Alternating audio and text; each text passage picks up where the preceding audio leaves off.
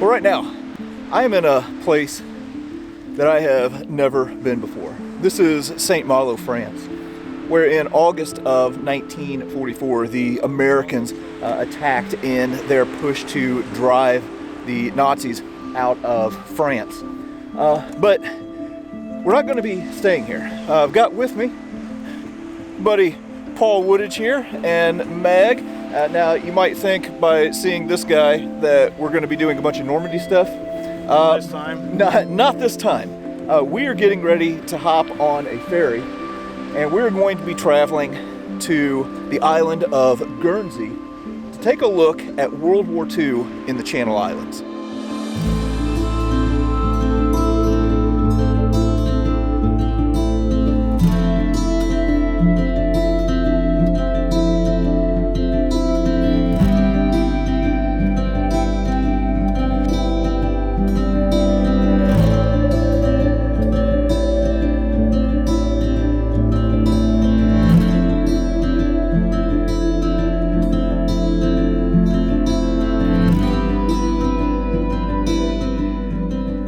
Alright, now like I said, we are getting ready to head off to the Channel Islands, and as you can see, our boat has just arrived. So it's gonna be quite the rowing job to get to Guernsey.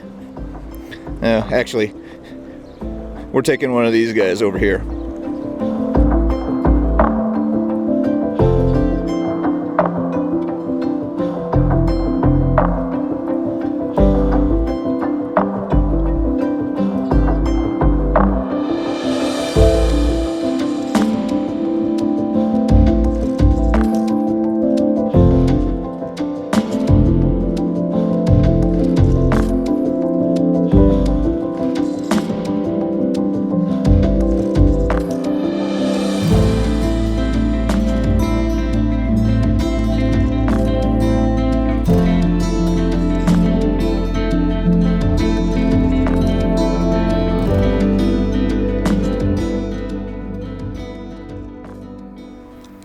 Alright, we just got off of the boat, and we are currently in the city of St. Peter Port on the island of Guernsey. And I'm so excited because this is the first time that I've ever been to the Channel Islands, and I was talking to Paul, and he said this is his first time being to the Channel Islands as well.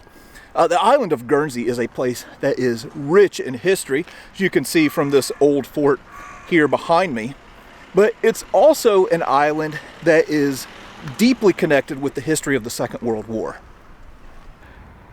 We've moved over a little closer to the center of the harbor here at St. Peter Port.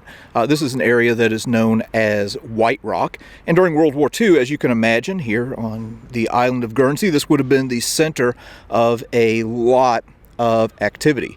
And in May and June of 1940, it would have been complete chaos in Europe. The Nazis had invaded the Low Countries. They had invaded France. And those weren't the only places that Nazi Germany was looking at.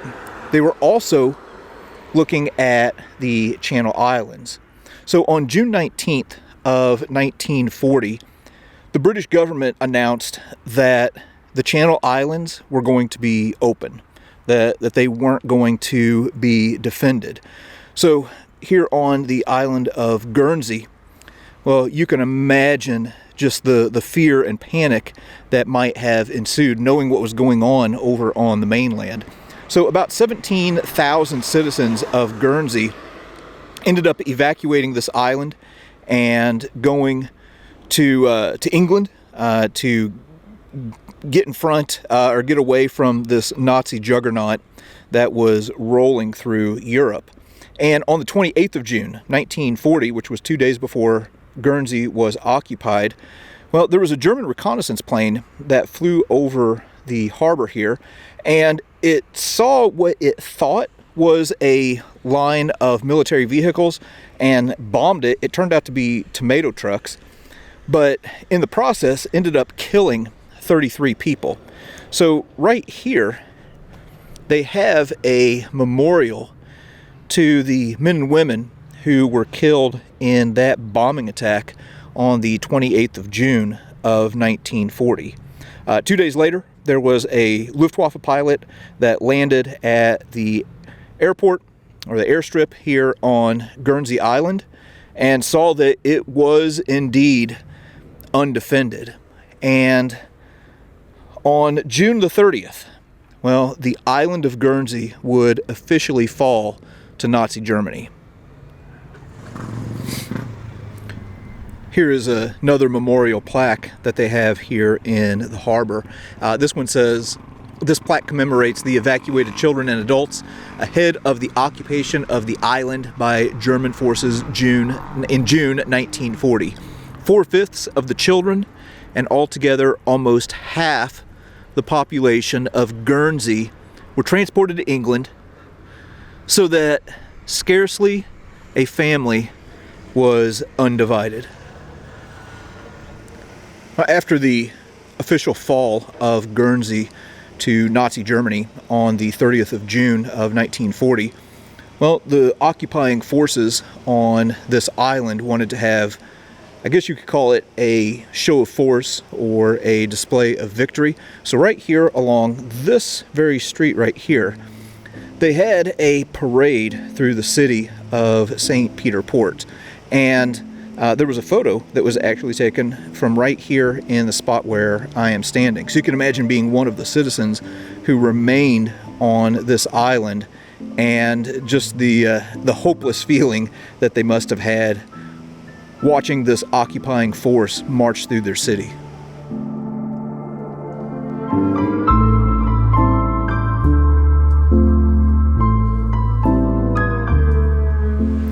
Right now, after the Germans occupied the island of Guernsey, they kicked off on a massive construction program, and these islands are just chock full of bunkers. So for bunker junkies like myself and Paul, there is a lot here to see. So we're getting ready to go to a few museums where we're going to learn a little bit more about the German occupation of the Channel Islands.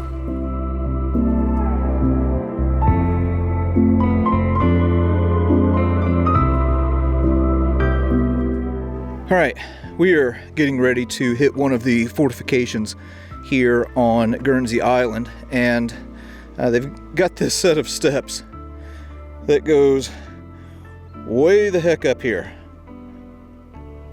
Okay, we are making our way up this big old flight of steps, and something that's kind of nice is, as you are huffing and puffing, making your way up to the fort above, well, they've got these little encouraging messages here, like this one: look how far you've come.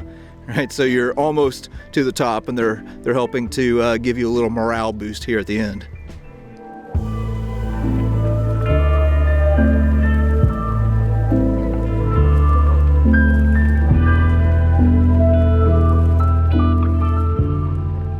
Now, I mentioned that the Germans had a massive fortification program that they initiated here on the Channel Islands and on Guernsey. But there were forts that were already pre-existing here on Guernsey. One of them is where I'm at right now, at a place called Fort George. In 1779, it was decided that a fort needed to be built to protect St. Peter Port. And of course, it was named after George III. And we are currently at a battery that was named after his son, called Clarence Battery. Now, if you have watched this channel for any amount of time, you know that this is the kind of stuff that I just live for. I love going to these old forts and batteries and looking at fortifications and derelict concrete.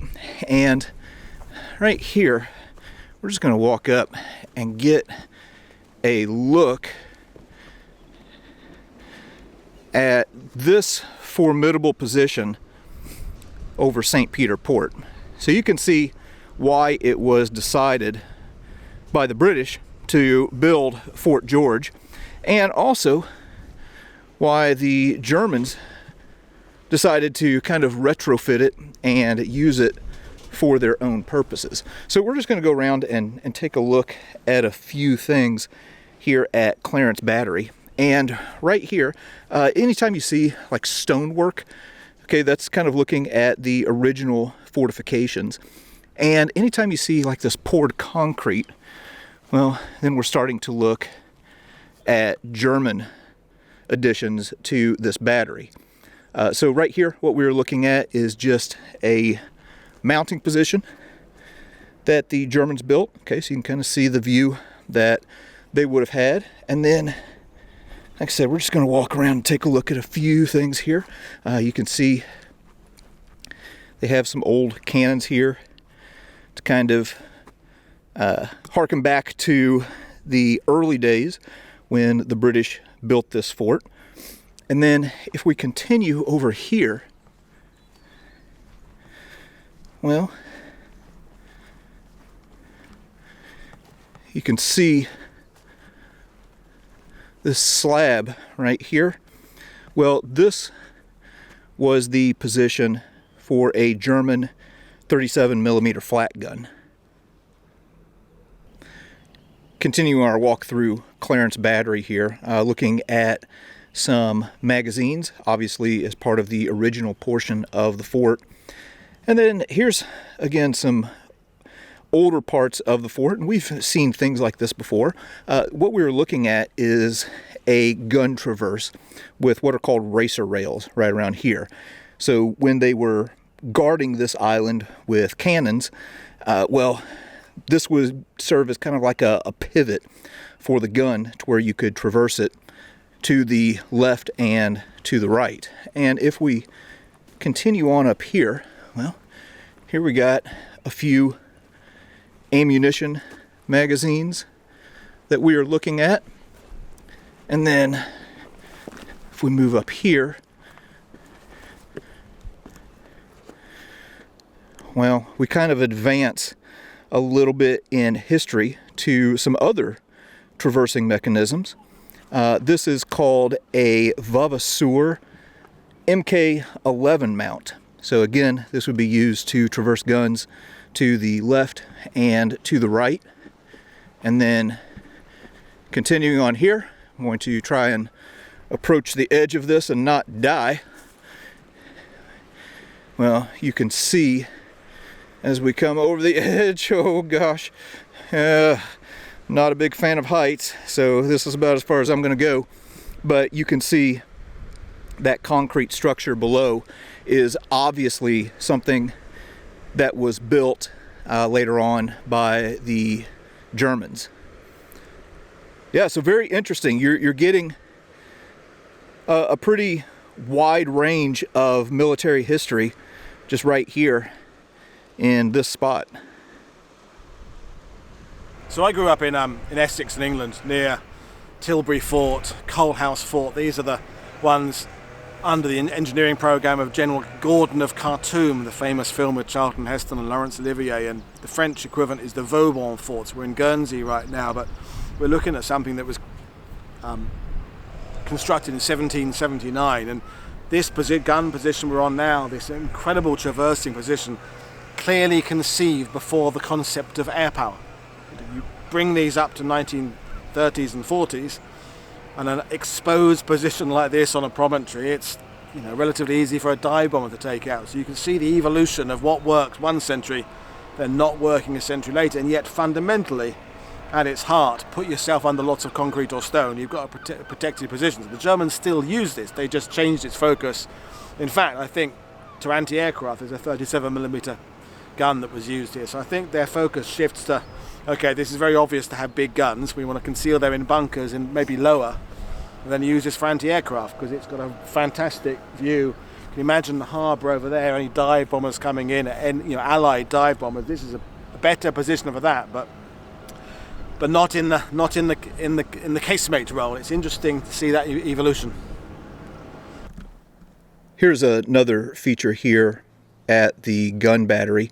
If we look, well, again, here's another gun mount, but if you'll notice, there's a step right here. Well, this is what, at least in World War I, we would call a fire step. So men with what then would have been muskets can step up here and then get a view over the wall. And then again, right here, You've got kind of, I don't know what you would maybe call it, maybe a breastwork or something like that, to where men can kind of be, oh man, I just about tripped. Men can be guarding the backside of this fort.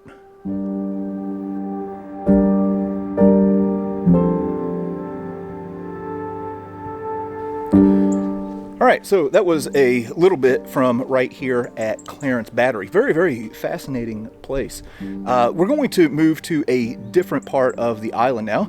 This channel is the History Underground, and we are going to literally be going underground to see another area that was utilized by the Germans during their occupation of this island.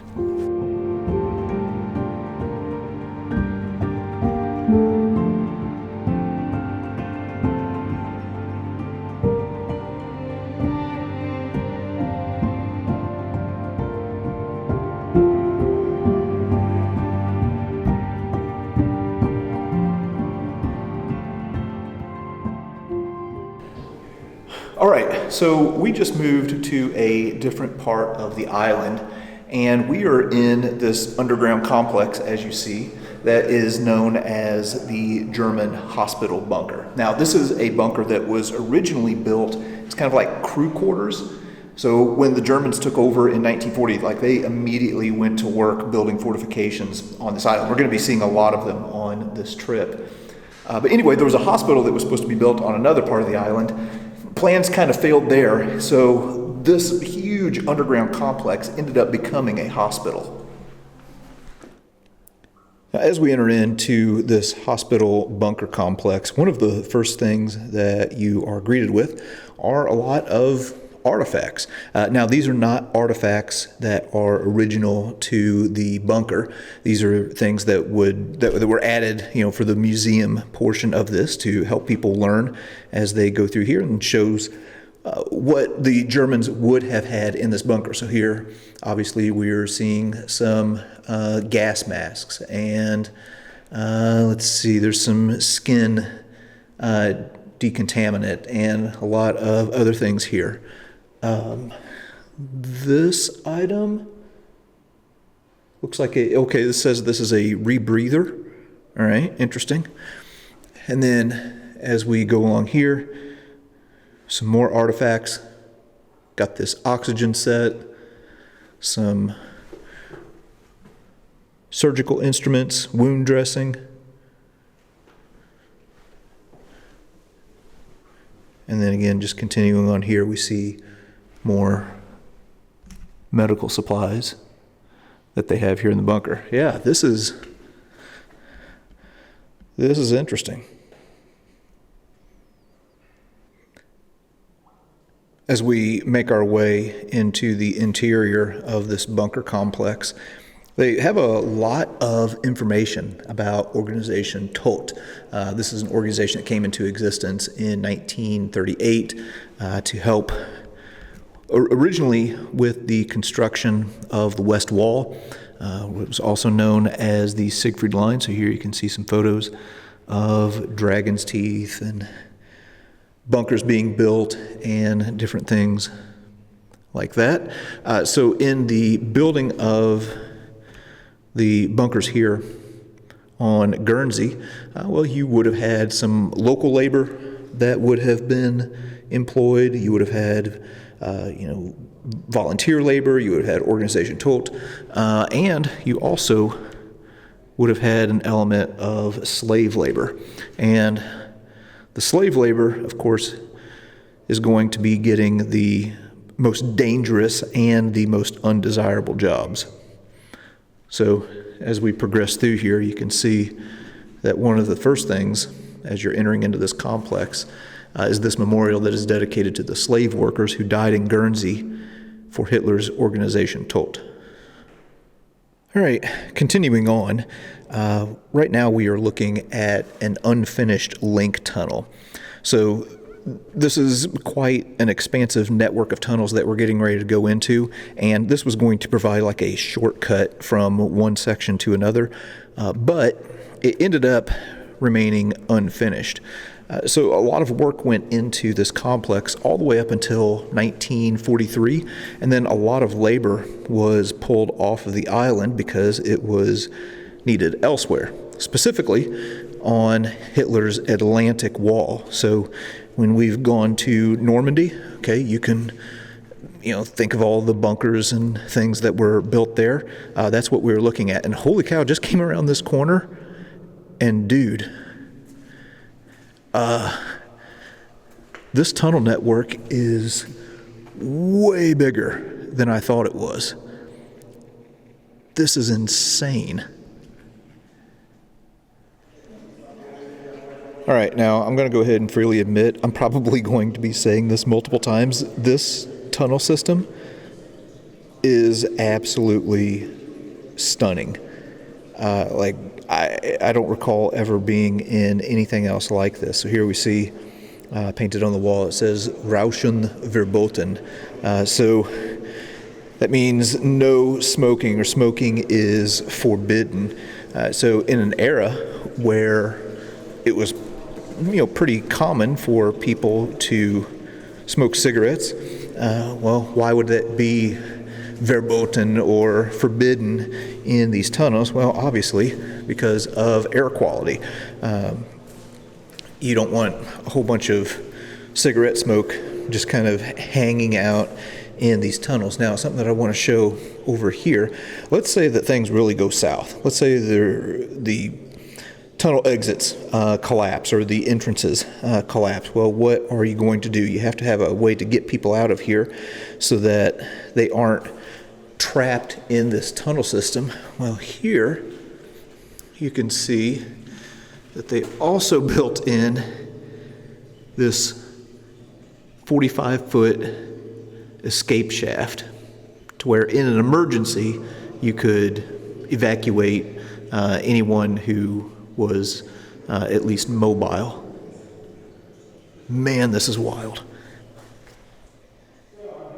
Now, when you come to this underground complex, it's not just walking through tunnels. There's a lot of educational materials here as well. Of course, Guernsey is a island of the British, so as you can imagine, they took a special interest in keeping tabs on what was going on over here because they were eventually going to want to take it back. So we have a lot of RAF reconnaissance photos that we have to rely on and to reference, and they have a lot of them posted here in this display. So earlier we were at Fort George. Okay, so that's right there. There's the port right here at Guernsey. And then there are some other things there that you can see, some defenses and a German cemetery, an airport range, and some batteries. Okay, we might be seeing some of those things. Let's just take a quick look at some of these RAF reconnaissance photos. All right, so here's one at St. Peter Port Harbor, where we kind of started out today, where we disembarked from our boat, and they have a good kind of then and now shot there that is quite helpful. And then here's another one of the port. Okay. And then you're just kind of seeing things at the same time I am right now. So I'm looking at all of this and processing it as I am filming, looking at some 88 millimeter flak batteries, anti-tank wall, beach defenses. Oh, okay. So yeah, I'll have to see where this is at Les Ancres Common. All right. So right here, as you can imagine, if you got a beach, they're expecting a British invasion to try and retake the island. So yeah, there's some anti-tank walls that have been built there, some barbed wire perimeter fences. Yeah, interesting. All right. Yeah, this is just absolutely fascinating. Huh.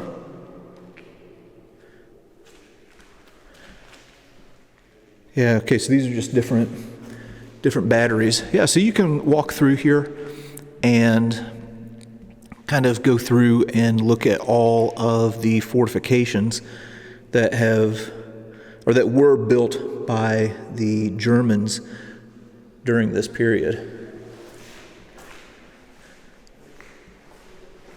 phenomenal.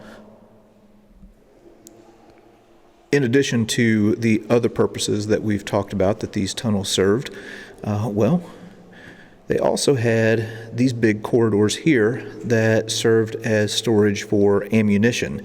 Of course, as Paul talked about earlier, we're in a different era of warfare, one that includes aerial bombing and aerial combat. So a place like this would allow for the safe storage of bombs and ammunition, things like that. Now, I mentioned that link tunnel earlier. All right, here is the other end of it. So you can see they've got kind of this representation of these workers excavating rock out of the tunnel. And then if you look, well, on the floor, you can see imprints where they were moving these wagons through the tunnels as they were excavating. And there's something else up here that Paul just pointed out to me that I want to show. For anyone who has ever worked concrete, which my son does, one of the most annoying things that can ever happen is you go to finish a job and the concrete is still wet and someone just goes walking through it. Well, look at here. Some knucklehead wasn't paying attention and walked right through this wet concrete. So, yeah, interesting little personal touch down here in the tunnels. All right, making our way to the next section. Oh, and look at this. Somebody must have knew that I was going to be visiting this bunker complex. That is hilarious. All right, there we go. Made it through. Didn't bump my head. Here on this map of Guernsey, we are looking at the location of all of the general hospitals and first aid posts that were established on the island. So again, the Germans knew that at some point the Allies were probably going to be coming back and trying to invade and retake this island. All right, so here is where we are, right here at Hauptverbundsplatz, and then all of these aid stations are named after German cities. So I'm seeing Danzig and Königsberg. Right here is Berlin in the middle, and Wesel and Metz. All right, so anyway, this is a look at the network of first aid facilities that were established here on the island. And then in this wing of the tunnels, well, this is the hospital wing. So these are the first aid wards, or the hospital wards, that we are looking at right now. Yeah, getting a little dark in that one. And then if we continue on a bit further, got Paul and Meg up ahead of us. Okay, here's another look. Man, the people who have been restoring and caring for these bunkers have really done an incredible job, I have to say. But if you're down here in some dark, dank bunker, well, it doesn't mean that you can't enjoy some things from time to time. So this room right here, it's appropriate that it's dark because this was the cinema.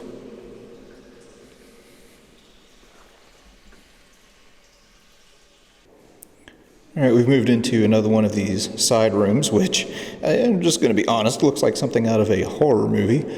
This is a room where you would get ready for, or the doctors would get ready for an operation. So they would get scrubbed up and cleaned up here. And then, moving into this room, this was the operating room.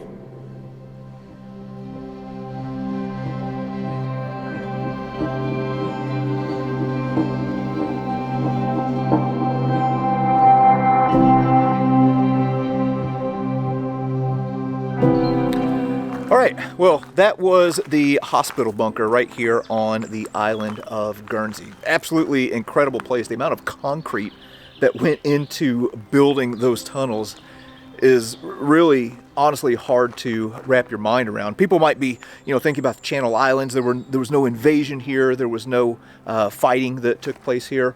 So you might ask yourself, where does the Channel Islands fit in with the history of World War II? Well, there are tons of bunkers on this island that we are going to be seeing.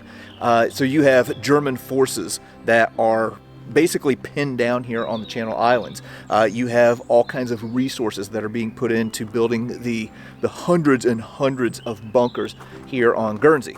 And if a German soldier is quartered here, well, that means that he's not fighting on the Eastern Front. He's not fighting in France. He's not fighting in Belgium. So the people of the Channel Islands are really doing a lot in support of the war effort by keeping a lot of resources tied down here in Guernsey. But anyway, this is just the first of many things that we're going to be seeing over the next few days.